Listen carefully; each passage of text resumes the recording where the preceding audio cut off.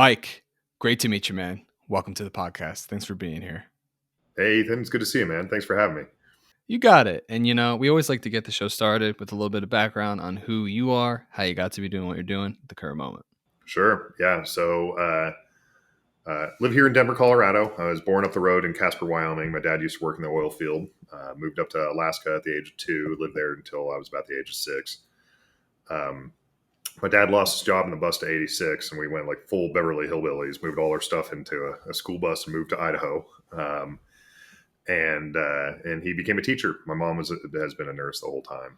And the reason we moved to Idaho is because my grandfather was a forester who had retired to the area, and so I spent a lot of time in the woods, kind of hiking around with him. In 1989, when I was 9 years old, a big wildfire happened called the Loman Fire, and it put up a mushroom cloud. And that was just really memorable as a child of the Cold War to see a mushroom cloud. And I asked my grandfather what's going on, and he said, well, fire's part of the landscape, and don't worry about it. It'll regrow or somebody will replant it. And I said, okay, what do I know? I'm 9, so great. Didn't really think about it. Ended up after graduation from high school there in Boise, went to the U.S. Naval Academy, where I studied systems engineering with kind of a focus on environmental engineering. That background of kind of living and growing up in like these fairly, rural, outdoorsy spaces, gave me like a deep appreciation for the environment.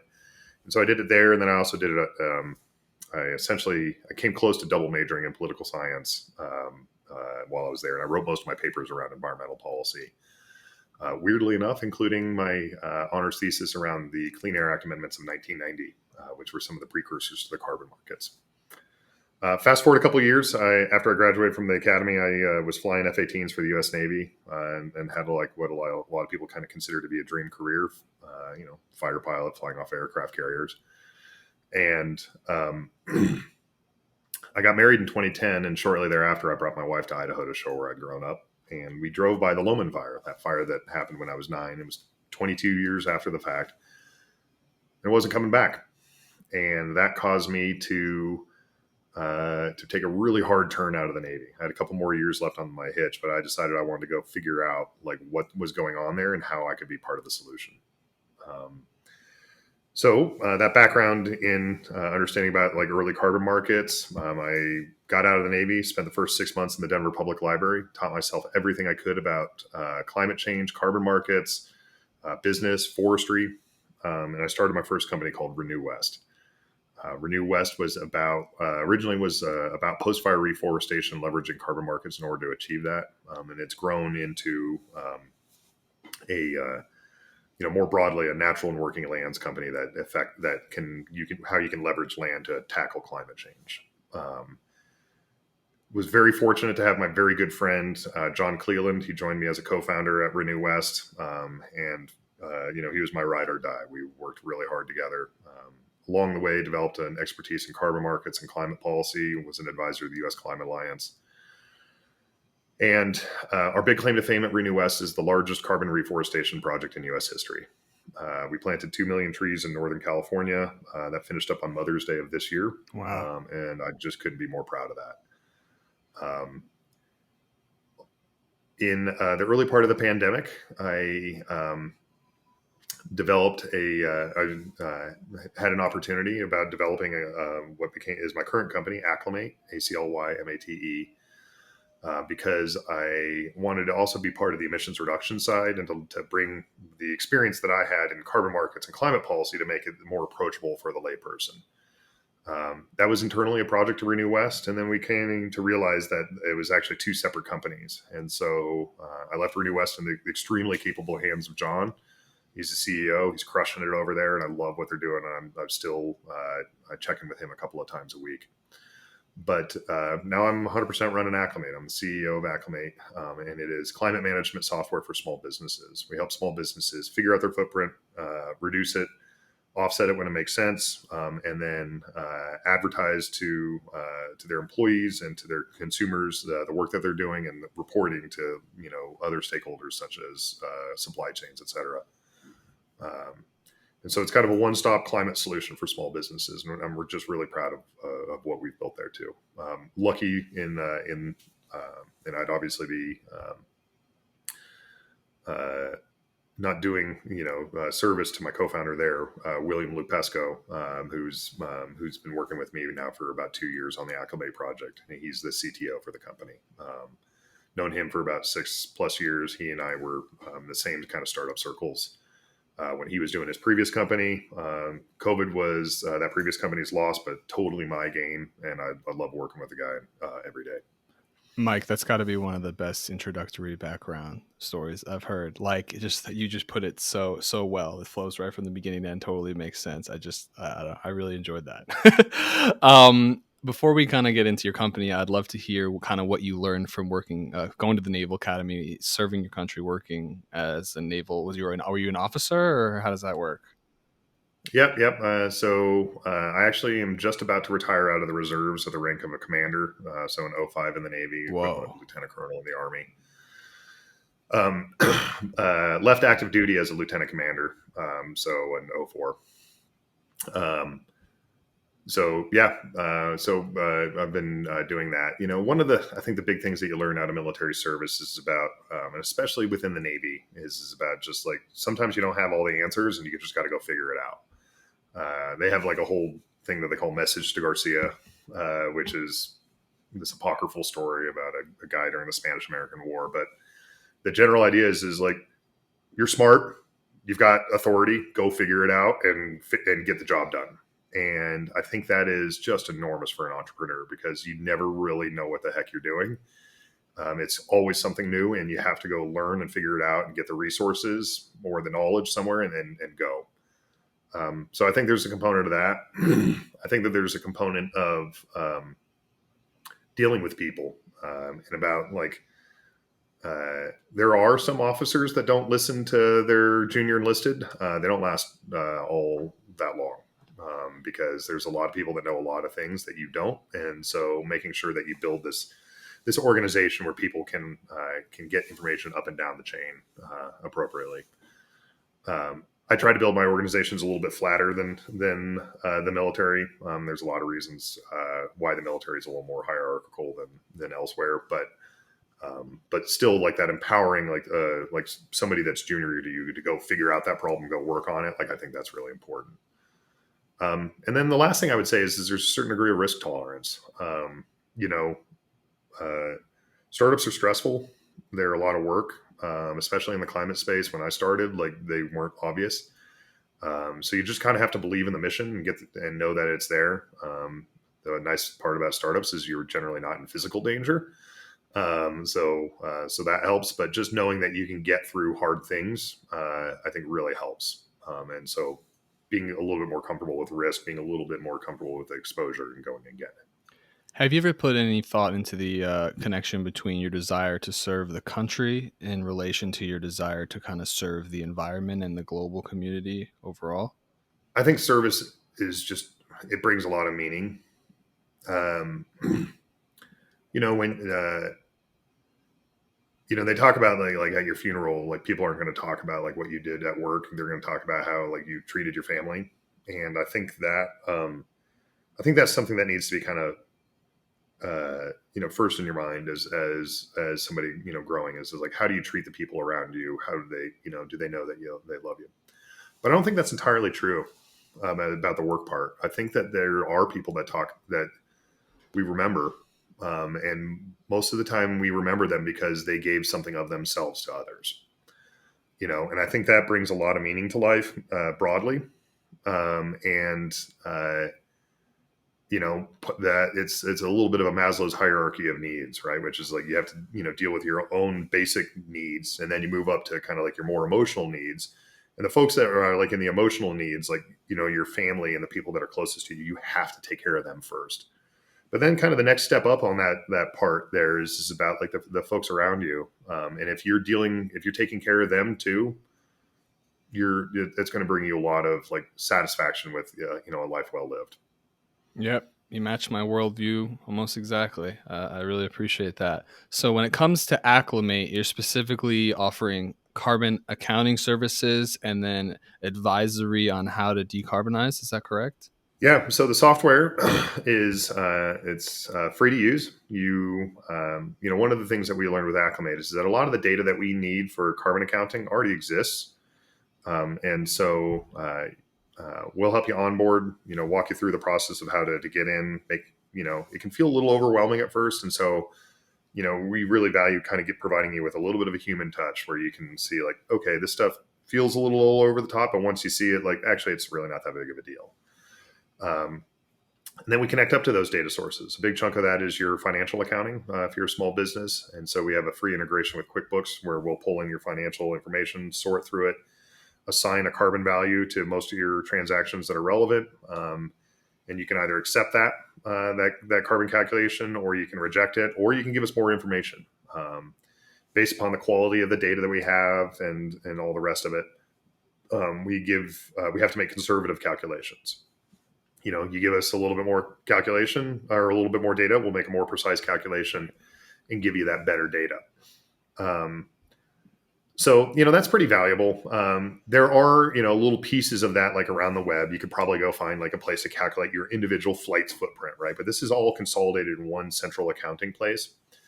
And that means that we have the ability to also provide you a way to look at that data, right? So you can tag, what employee took this flight, or we also have a survey that we ask you to send out to your employees that takes them 3 minutes, and it's things that they know. Where do they work? How do they get there? How often do they go? And that includes, mass transit, biking, driving, whatever the case may be, home office emissions.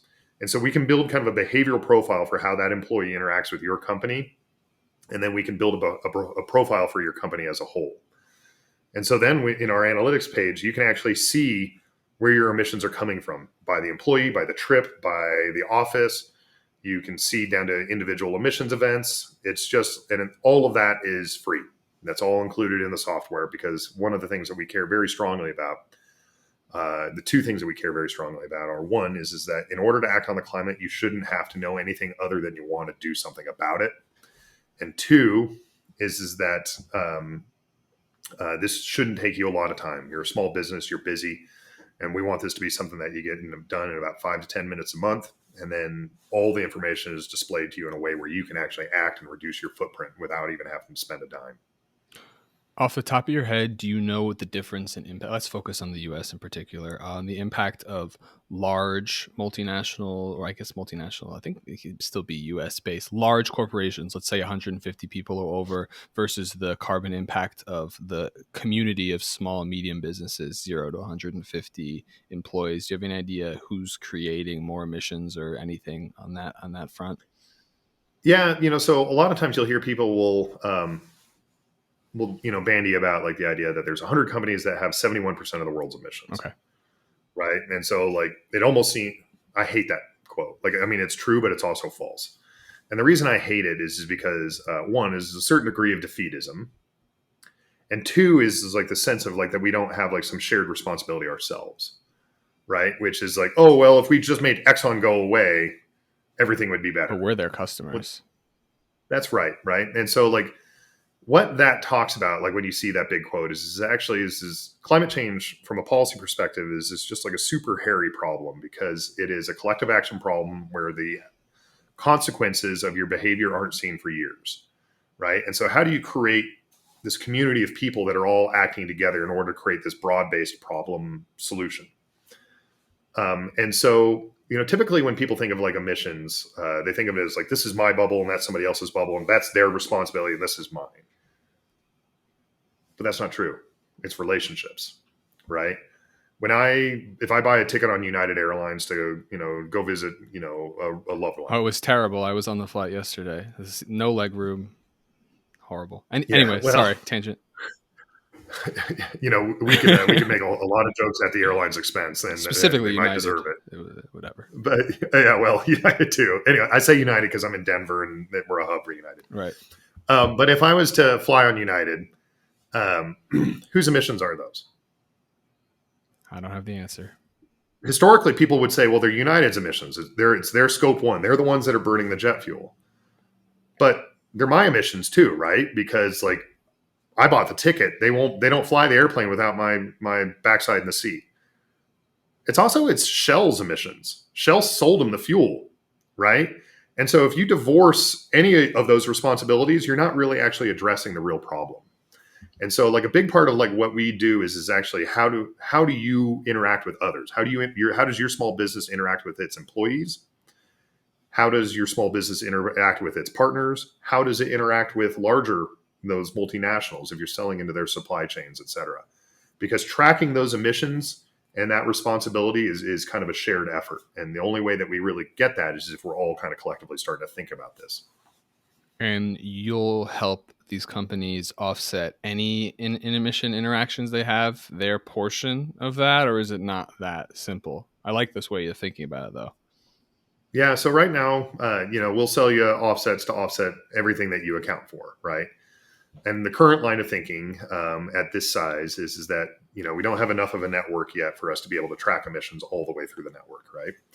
And so if somebody offsets it here and another company offsets it somewhere else, that's great, right? And one Yeah. of the things that's been really cool about like small businesses is that they take responsibility for everything that they have a shared responsibility for. Like they don't like create these artificial boundaries that the large multinationals do.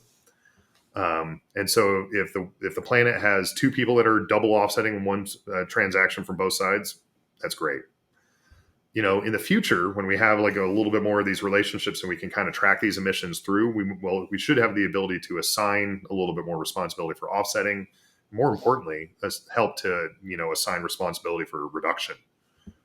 Right. Well, I like that idea, and I've talked several times on this show about how I think large corporations in particular should not just be stopping at net zero; they should be going carbon negative.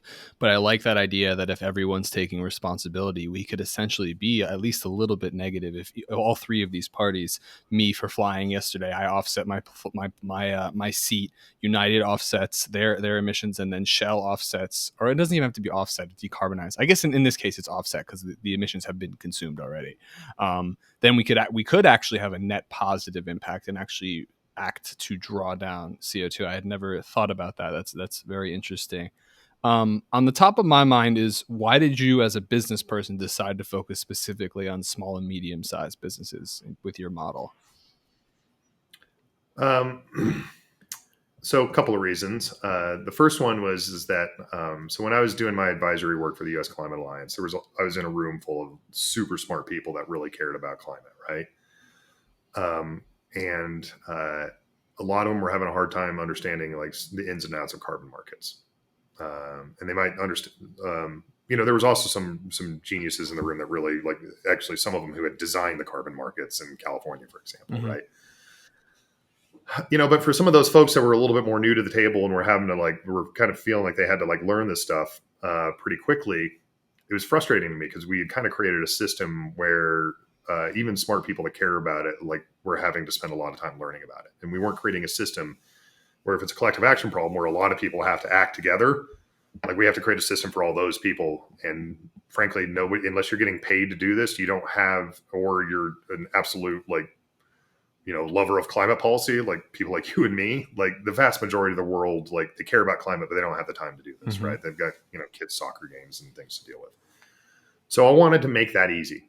And I saw that there was a key point, like in small business, that was a problem for them if they wanted to deal with it. So this is a problem I could solve for them. That was like really important to me. The other part is like small businesses are a huge chunk of the U.S. economy. They're 44% of the U.S. GDP. They're almost half of the U.S. workforce. And so if you want to reach out and touch a lot of people, there's a real opportunity in small businesses to go ahead and to build out this network to say like, like even though like, it may only be like 5 employees at a time, like it's such a huge chunk of the US economy that like you can actually move a lot of the US economy. You can change decisions and behaviors by helping them with their accounting and more importantly, helping them with the solutions on how to decarbonize. Who would you say is your ideal climate and a client, and how do you go about finding them?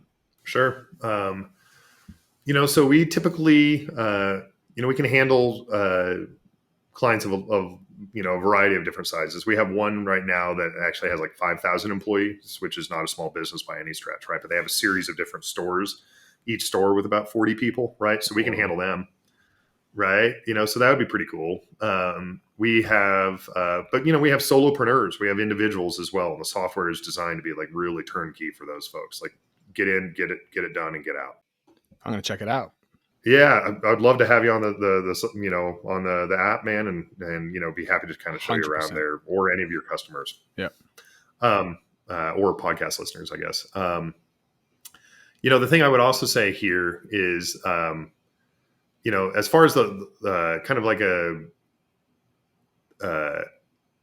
the people that we are searching for right now, a lot of times they've kind of identified themselves as somebody that cares about the environment, sustainability, climate, or even just more broadly, like just good business practices.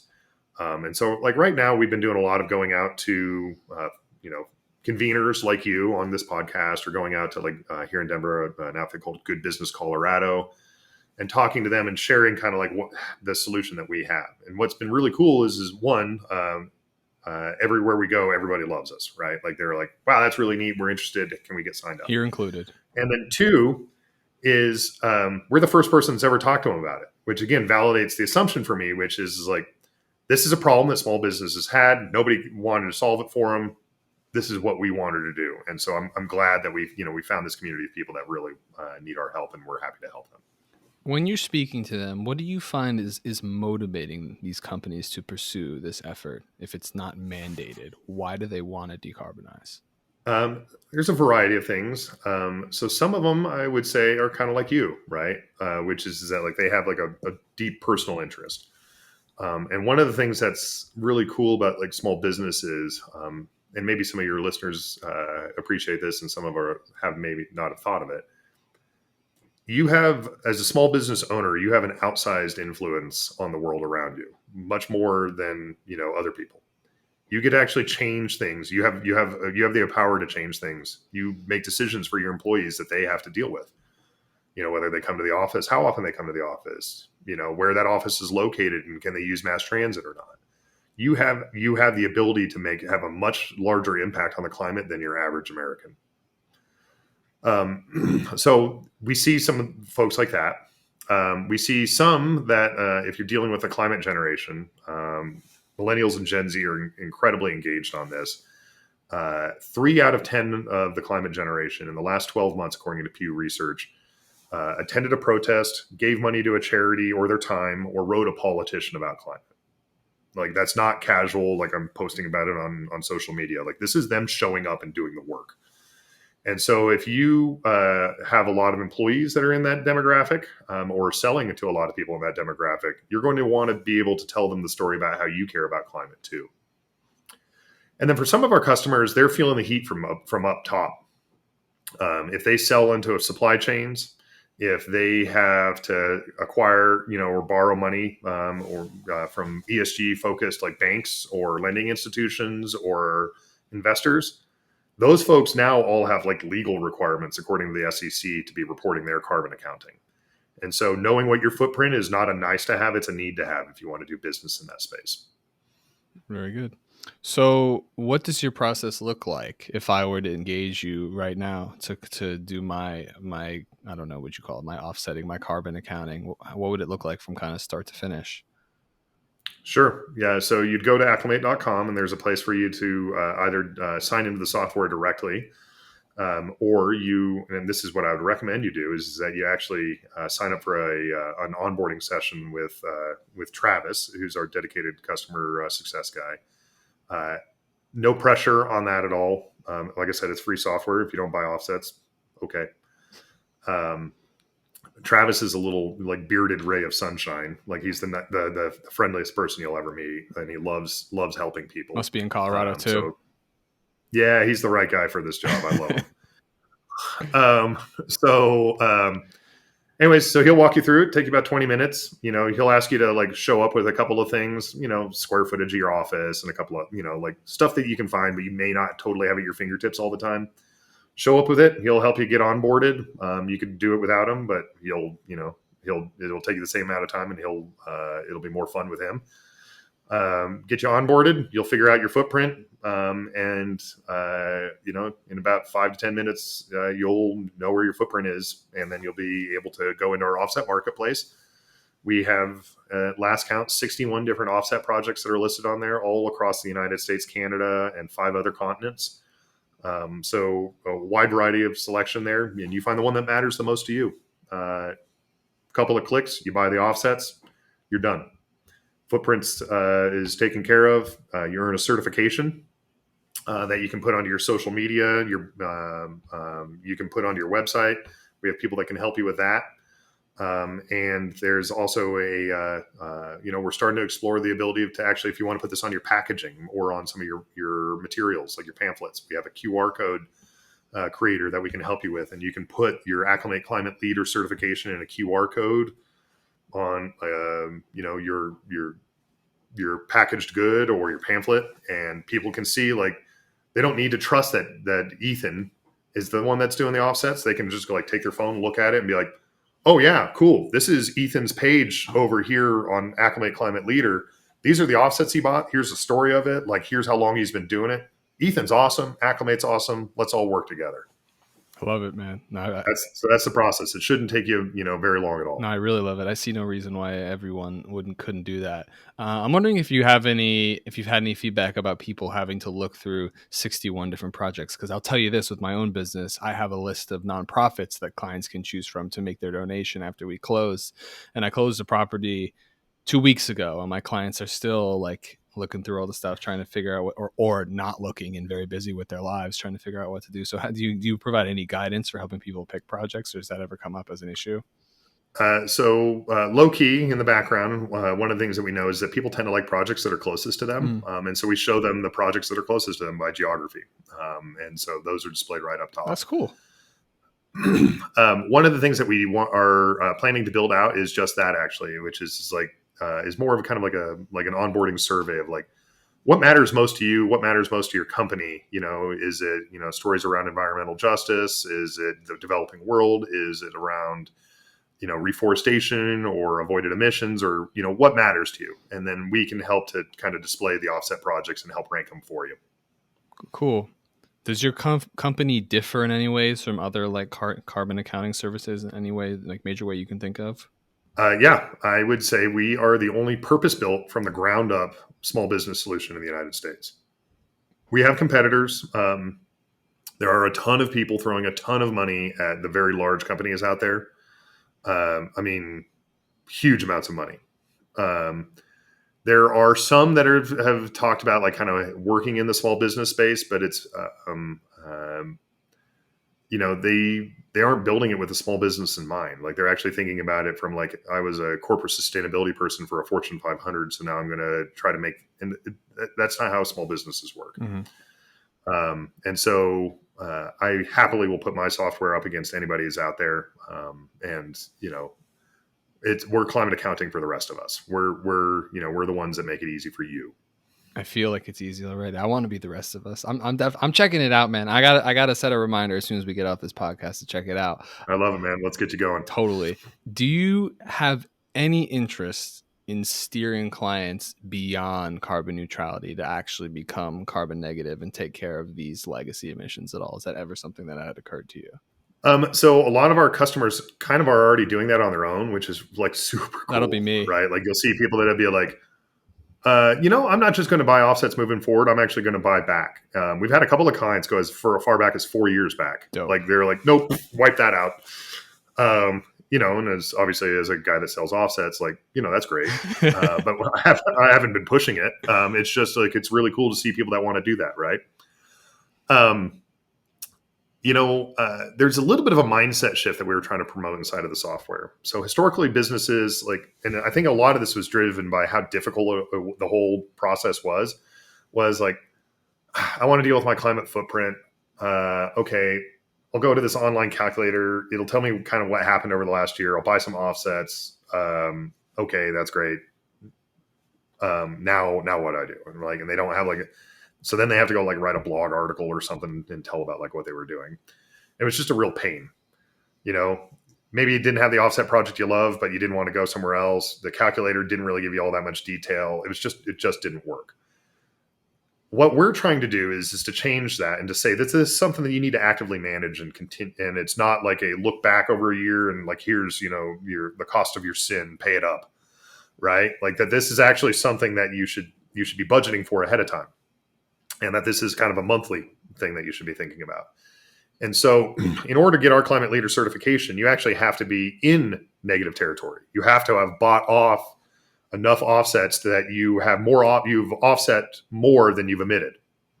And the only way that for you to maintain your climate leader certification is to continue To monitor to and stay ahead on offset. it. That you Hmm. essentially what we're creating is an internal price of carbon for your company, and that you should treat offsets as an account that you draw against rather than a debt that you pay back.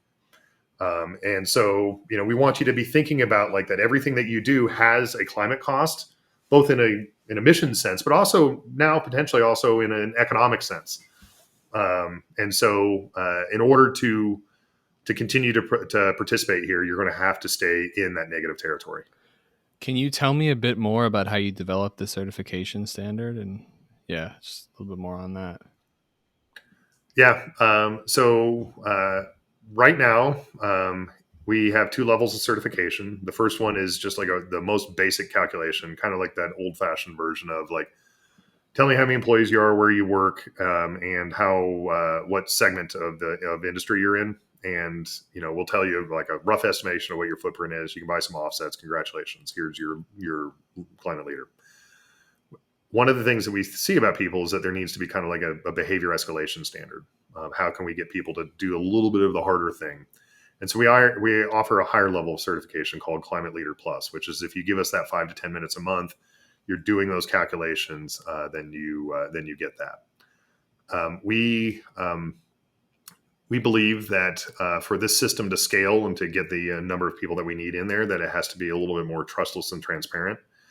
And so, while we're not explicitly like a Web3 company and a blockchain and all the rest of that, which is that we want to display publicly a certain degree that you can trust in. And so, for every one of our climate leaders, we create a website for them, a company website that they can provide that links to their website, links to that QR code, and where people can go actually see the offset project that they bought from. They can see what their emissions, like they can see that. Don't trust me, trust what you see. Hmm. Cool. Do you measure any like other environmental indicators beyond just like carbon or CO2 equivalents, like plastic or paper usage or anything like that? Not yet, unfortunately. There's a bit of a focus that we have to stay. There's kind of a boil the ocean problem when you're a startup and dealing with this, and so we're pretty focused on climate. We have had customers that have been asking about these broader environmental things, and so we want to include that in the future. So just not yet. The other thing I would say is that all of our offset projects have broader environmental outcomes associated with them.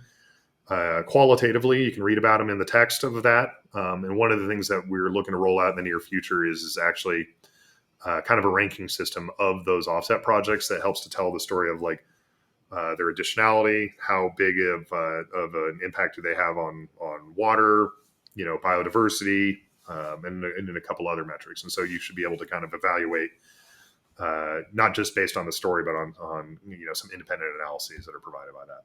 No, I think that's great, and that's a very well thought out entrepreneurial response. I mean, if you try juggling too many things, it's just not a good strategy for succeeding in this competitive marketplace. It's tough out there, man. Any kind of last thoughts about the role of small businesses and medium business when it comes to decarbonization? I know we spoke about that a bit, but I kind of want to get some more of your thoughts on that. Like, who are as me and you are both small business owners? How do we feel responsible for kind of pioneering this better world forward? Our tagline for Acclimate is to be a climate leader, right? Um, One of the reasons I hate that quote about like the 100 companies, 71% of the emissions is that you can make change right Hmm. now. And you have an outsized influence. And if you bring enough of your friends to the party, you can move things. It's that small, determined, band of people. Like it's the only thing that's ever actually changed anything. And so, banding together, bringing, putting, showing that leadership will actually make much more of a difference than you can ever imagine.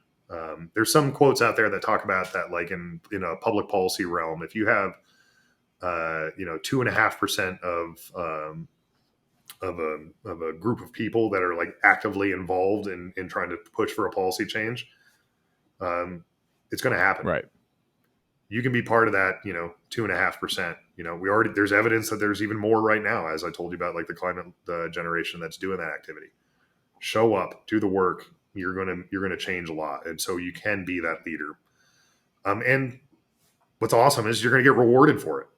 People love it. Like people love good environmental stewards. They love climate, people that are doing their part on climate. You're going to make more money as a small business.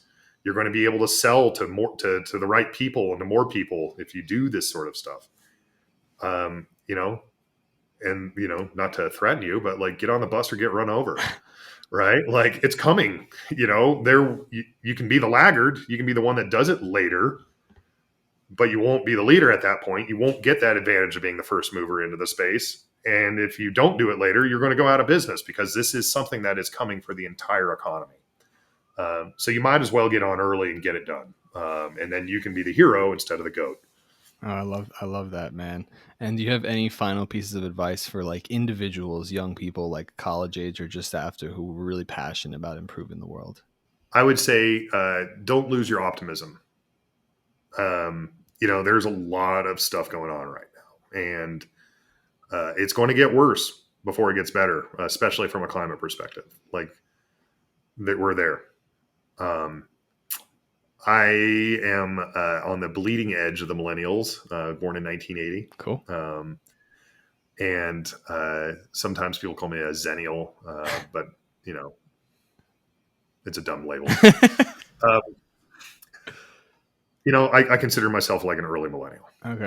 And when I look at like the generation that I'm a part of and the generation that's come behind, like Me. those people are awesome. They're doing good work. They're showing up. They talk about like that certain generations have behaviors that kind of come in cycles.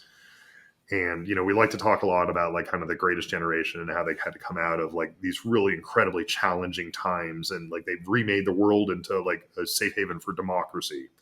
Right. And they, like created the systems that like birthed the women's movement and like a lot of other civil rights movements, and I see a lot of parallels to where we're at now. Times are tough. There's a rising climate generation that's going to get it done. And I have all the faith in the world that they can. So don't lose that optimism. It's going to be hard. But the cool part is like things are moving. There's like the climate tech is just exploding. There are so many jobs that are showing up. And you don't have to have any background in climate. You just have to care. Show up. There's somebody that needs your talent right now, and they're looking for you. So if you're looking to be part of it, either professionally or not, like somebody needs your help. So go do it. I'll do it, man, and I'll never lose the optimism. It's been a true There you it's are. been a true pleasure, Mike. Thank you so much for your time. I really enjoyed it. Yeah, it's been great, man. I love talking about this stuff, as you can tell. So Yeah. thanks for having me, Ethan. And I love everything that you're doing as well with, with your business. Yeah. You're welcome, man. All right, everybody, and we'll see you on the next one. Take it easy.